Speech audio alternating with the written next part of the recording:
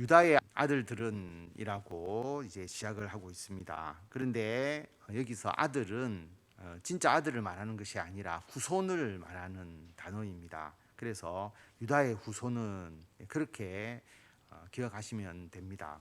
왜냐하면 실제 유다의 직접적인 아들은 베레스밖에 여기 기록이 안 돼 있고 나머지는 다 후손입니다. 중요한 인물을 다시 언급한 것입니다.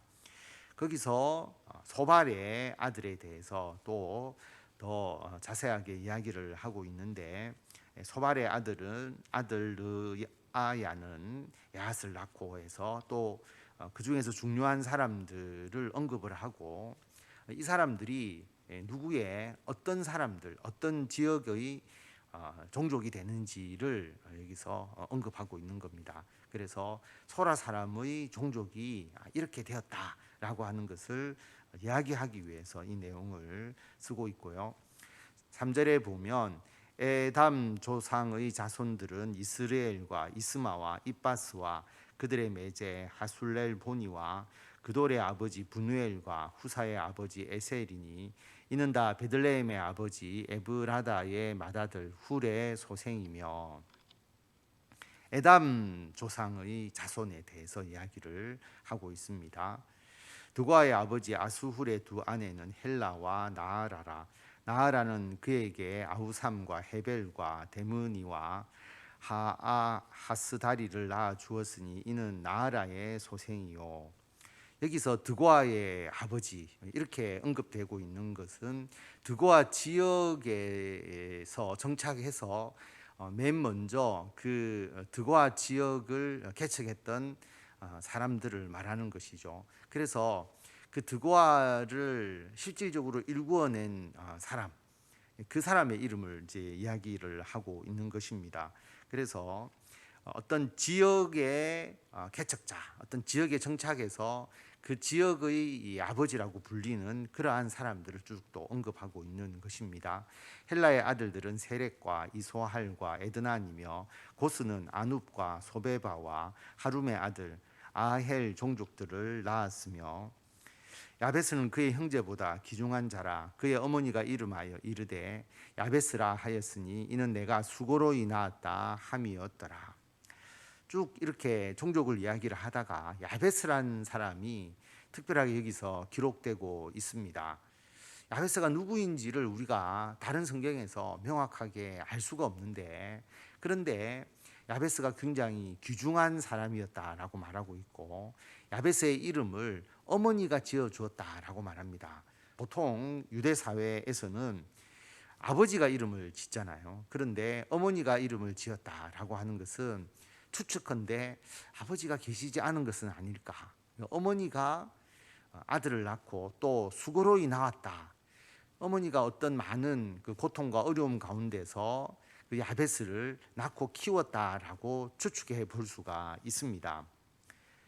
야베스가 이스라엘 하나님께 아뢰어 이르되 주께서 내게 복을 주시려거든 나의 지역을 넓히시고 주의 손으로 나를 도우사 나로 환난을 벗어나 내게 근심이 없게 하옵소서 하였더니 하나님이 그가 구하는 것을 허락하셨더라.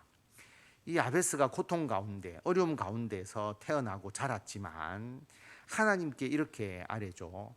주께서 내게 복을 주시려거든 하나님 나에게 복을 주십시오. 그런데 어떤 복을 달라고 하느냐 하면 나의 지역을 넓혀달라라고 말합니다. 단순하게 땅을 많이 차지하게 해달라라는 땅에 대한 욕심이 아니잖아요. 이 당시에 땅을 많이 가져본들 땅값이 상승해서 자기에게 부과되는 그런 우리들의 어떤 토지에 대한 생각과는 완전히 다르지 않습니까? 지역을 넓힌다는 것은 하는 일이 많은 거잖아요. 땅도 경작해야 되고 양떼도 쳐야 되고 사람들과의 관계를 더 확대하는 것이기 때문에 요즘으로 말하면 하나님의 일의 지경, 내가 하나님의 일을 하는 그 영역을 더 넓혀 주십시오. 그리고 주님의 손으로 나를 도와주십시오. 그 일을 잘할 수 있도록 도와주십시오. 그래서 내가 환난을 벗어나서 내게 근심이 없도록 해 주십시오라고 말합니다. 자기에게 닥쳐 있는 환난이 분명히 있지만 이 환난을 이기고 그 환난을 벗어나서 근심이 사라질 수 있도록, 하나님 해달라라고 야베스가 기도했는데 하나님께서 그가 구하는 것을 허락해 주셔서 이루어 주셨다라고 하는 겁니다.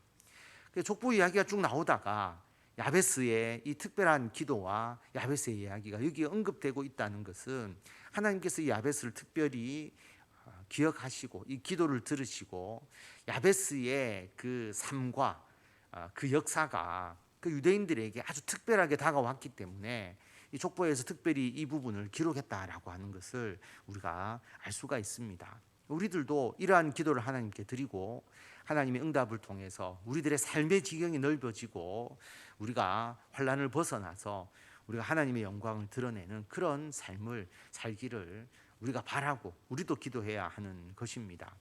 수아의 형 글룹이 무힐을 낳았으니 무힐은 에스돈의 아버지요 에스돈은 베드라바와 바세와 이르나하스의 아버지 드힌나를 낳았으니 이는 다 레가 사람이며 그나사의 아들들은 온니엘과 스라야요 온니엘의 아들은 하닷이며 무오노데는 오브라를 낳고 스라야는 요압을 낳았으니 요압은 게하라심의 조상이라 그들은 공장이었더라. 여기 보면 그나스의 아들, 그나스는 우리가 잘 아는 갈렙의 동생이고 그리고 온니엘이라는 우리가 잘 아는 사람의 이름이 나옵니다. 유다가 배분받은 땅에 있는 이방인을 축출해낼 때에 혁혁한 공을 세운 사람이죠. 그리고 사사로서 역할을 했던 사람입니다. 갈렙의 딸 악사와 결혼을 했던 사람이죠. 자기가 승리에 대한 대가로 이 갈렙의 딸과 결혼하게 되는데 이 온니엘 그리고 그 온니엘의 그 후손들을 통해서 그들이 게하라심의 조상이 되고 또 그들은 공장이었더라. 이 공장이라고 하는 것은 금속 세공인을 말합니다. 이들로부터 금속 세공인이 나오고 그 후손들이 금속 세공과 관련된 역할을 했다는 것을 알 수가 있습니다. 여분의 아들 갈렙의 자손은 이루와 엘라와 나함과 엘라의 자손 그나스요 여할렐렐의 아들은 십과 시바와 디리아와 아사렐이요. 여기서 보면 여분의 아들 갈렙이라는 이름이 나오죠. 우리가 잘 아는 정탐꾼이었던 그 갈렙, 자기의 지파를 대표해서 유다 지파를 대표해서 정탐을 했던 사람입니다. 에스라의 아들들은 예델과 메렉과 에벨과 얄론이며 메렛은 미리암과 삼메와 에스드모아의 조상 이스바를 낳았으니 이는 메렛이 아내로 맞은 바로의 딸 비디아의 아들들이며 또 그의 아내 여후디아는 그돌의 조상 예렛과 소고의 조상 헤벨과 자노아의 조상 여구디엘을 낳았으며 특이한 것은 바로의 딸과 결혼했다라는 내용이 나오죠. 그래서 우리가 역사적으로 어느 쯤인지를 명확하게 이야기할 수 없지만 애국과의 관계가 있었다. 그 관계 가운데서 이러한 후손들이 나타났다라고 하는 것을 우리가 알 수가 있습니다.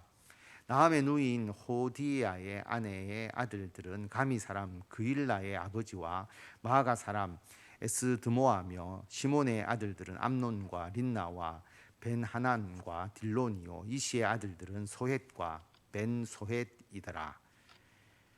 유다의 아들 셀라의 자손은 레가의 아버지 에르와 마레사의 아버지 라하다와 세마포 짜는 자의 집 곧 야스베아의 집 종족과 유다의 아들 셀라 셋째 아들이죠. 유다의 셋째 아들 자기 며느리에게 계대 결혼을 허락하지 않았던 유다가 허락하지 않았던 그 셀라 셋째 아들의 자손을 이야기를 하고 있습니다.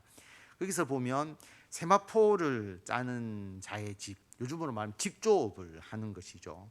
그래서 이 종족의 역사를 보다 보면 어느 사람으로부터 직업이 시작되었다라는 것을 또 여기서 알 수가 있습니다. 그 역할을 하는 사람들이 생겨났다라고 하는 것이죠. 또 요김과 고세바 사람들과 요아스와 모압을 다스리던 사랍과 야수 비네헴이니 이는 다 옛 기록에 의존한 것이라. 이러한 족보를 쭉 정리하면서 그냥 임의로 한 것이 아니라 기록이 있었다라고 하는 것을 알 수가 있습니다. 옛 기록에 의존해서 이러한 족보의 기록의 역사성을 더욱더 더할 수 있었다라고 하는 것이죠. 이 모든 사람은 토기장이가 되어 수풀과 산울 가운데에 거주하는 자로서 거기서 왕과 함께 거주하면서 왕의 일을 하였더라. 토기장이로서 그 토기를 만드는 데 필요한 흙이 가장 중요하지 않겠습니까? 수풀과 산울 가운데서 거주하면서 왕의 일을 하는 사람이었다라고 말합니다. 시몬의 아들들은 느무엘과 야민과 야립과 세라와 사울이요, 사울의 아들은 살룸이요, 그의 아들은 밉삼이요, 그의 아들은 미스마요. 야곱의 둘째 아들 시몬에 대한 그 후손들을 여기서 이야기를 하고 있습니다. 또 후손들의 중요한 사람, 또 어떤 지역과 그 종족의 또 어떤 직업의 시작이 누구로부터 이루어졌는지를 언급하고 있는 것입니다. 미스마의 아들은 하무엘이요, 그의 아들은 삭굴이요, 그의 아들은 시므이라. 시므이에게 아들 16과 딸 6이 있으나 그의 형제에게는 자녀가 몇이 못되니 그들의 온 종족이 유다 자손처럼 번성하지 못하였더라. 번성하지 못한 자손이 있습니다. 28절에 보면 시몬 자손이 거주한 곳은 브엘세바와 몰라다와 하살 수알과 빌하와 에셈과 돌랏과 부드엘과 호르마와 시글락과 벳말 가봇과 하살 수심과 벳비리와 사라임이니 다윗 왕 때까지 이 모든 성읍이 그들에게 속하였으며 그들이 사는 곳은 에담과 아인과 림몬과 도겐과 아산 5 성읍이요, 또 모든 성읍 주위에 살던 주민들의 경계가 바알까지 다다랐으니 시몬 자손의 거주지가 이러하고 각기 계보가 있더라. 또 메소밥과 야물렉과 아마시아의 아들 요사와 요엘과 아시엘의 증손 스라야의 손자 요시비아의 아들 예후와 또 엘료에네와 야고바와 여소하야와 아사야와 아디엘과 여시미엘과 분하야와 또 스마야의 오대손 시므리의 현손 여다야의 증손 알론의 손자 시비의 아들은 시사이니 여기 기록된 것은 그들의 종족과 그들의 가문의 지도자들의 이름이라. 그들이 매우 번성한지라. 여기서는 또 번성한 그런 종족과 가문이 여기서 나옵니다. 그래서 그 후손들 중에서 특별히 종족과 가문의 지도자가 되는 사람들, 그들을 통해서 후손이 생기고 어떤 지역에서 정착하게 되고 어떤 직업이 생겨나는 그 부분을 계속 반복해서 이야기를 하고 있습니다. 그들이 그들의 양떼를 위하여 목장을 구하고자 하여 골짜기 동쪽 그돌 지경에 이르러, 이 사람들이 양떼를 키우려고 목장을 구하는 거죠. 그래서 그들이 그 목장을 구하려고 이동하다 보니까 골짜기 동쪽 그돌 지경에 이르게 되었다. 기름지고 아름다운 목장을 발견하였는데 그 땅이 넓고 안정되고 평안하니 이는 옛적부터 거기에 거주해 온 사람은 함의 자손인 까닭이라. 함의 자손, 특별히 가나안 사람들이 거기에 거주하고 있었는데 그 기름지고 아름다운 목장을 발견해서 거기서 이제 그들을 쫓아내고 그들이 거기서 정착하게 되는 것을 말하고 있습니다. 이 명단에 기록된 사람들이 유다 왕 히스기야 때에 가서 그들의 장막을 쳐서 무찌르고 거기에 있는 모님 사람을 쳐서 진멸하고 대신하여 오늘까지 거기에 살고 있으니 이는 그들의 양떼를 먹일 목장이 거기에 있음이요. 히스기야 때에 그들을 쫓아내고 거기에 정착하고 있으니까 오늘까지 거기서 살고 있다. 이 오늘은 지금 우리가 사는 오늘이 아니고 이 역대기가 기록되는 그 시점까지 거기에서 살고 거기에서 양떼를 키우고 있었다라는 것을 말하고 있는 것입니다. 또 시몬 자손 중에 500명이 이시의 아들 블라다와 느아랴와 르바야와 우시엘을 두목으로 삼고 세일산으로 가서 피신하여 살아남은 아말렉 사람을 치고 오늘까지 거기에 거주하고 있더라. 또 500명이 가서 아말렉 사람을 치고 그 땅을 차지해서 오늘까지 역대기가 기록될 때까지 거기에 거주하고 있었다라고 하는 것을 여기서 말하고 있습니다. 그래서 역사적 과거의 사실을 족보를 통해서 쭉 추적을 해보니까 지금 우리를 발견할 수 있다라고 하는 거죠. 지금 우리가 어떤 사람이고 또 어떤 직업을 가지고 왜 그 지역에 있게 되었는지를 그 역사를 통해서, 그 족보를 통해서 알 수가 있다라고 하는 것입니다. 그래서 오늘 말씀을 통해서 우리가 나누어야 될 내용은 뭐냐 하면, 결국 우리가 만들어 나가는 역사가 무엇인가라고 하는 것을 생각해 보면요, 우리를 통해서 후손, 하나님의 나라의 후손, 육체적 후손이 있을 수 있고, 우리가 낳은 사람들, 우리가 낳지 않아도 교회를 통해서 우리가 다음 세대를 키워 나가지 않습니까? 우리 교회에서 자라나는 모든 젊은 사람들이 우리의 후손이 되는 것이죠. 또 우리가 사는 지역, 우리가 어떤 이유에서 이 달맞이에 왔고 또 우리가 해운대에 정착하고 이렇게 살아가는지, 우리는 그냥 사는 것 같지만 결국 우리가 살아가는 이 모든 지역이 그 지역의 그 다음 세대들에게 또 영향을 주는 것이죠. 우리가 대도시에 살기 때문에 이런 부분을 소홀하게 여기기가 쉬운데, 우리가 작은 시골 마을에서 산다고 생각하면 그 마을에서 우리가 살아가는 모든 그 관계성들이 결국 그 지역에서 영향력을 미치게 되고 또 다음 지역을 만들어 나갈 수 있게 되는 것이지 않습니까? 그래서 우리가 가는 지역, 우리가 살아가는 지금 이곳, 그리고 우리가 하는 직업, 우리가 왜 그 직업을 하게 되었는지에 대해서 사실 우리가 우연히 우리가 어쩌다 보니까 그 직업을 하게 되었다고 생각하지만, 또 하나님께서 우리들을 통해서 그 직업을 통해서 하시고자 하는 계획이 있기 때문에 우리가 우연이라고 생각하는 그 모든 것이 하나님의 인도하심이잖아요. 그래서 하나님의 직업, 우리가 하는 일들도 우리를 통해서 다음 세대까지 또 연결되면서, 우리가 직접 우리 자녀들이 하지 않는다고 할지라도 다른 사람이 결국 내가 하는 일을 받아서 나중에 하게 된다면 그 직업의 계보도 우리가 다 기억하지 못하지만 이루어져 가고 있는 것입니다. 그래서 하나님께서 하시는 일, 나를 통해서 하시는 일은 우리들의 후손을 만드는 것, 영적인 후손입니다. 그리고 내가 살아가는 그 지역에서 우리가 이웃들과 함께 그 지역의 역사를 만들어 나가는 것이고, 내가 하는 그 직업을 또 다음 세대에게 우리가 이어주면서 우리가 하는 그 직업을 통해서 하나님의 일을 행하는 것, 이 모든 것이 우리가 역사를 만들어 나가는 것이다 라고 하는 겁니다.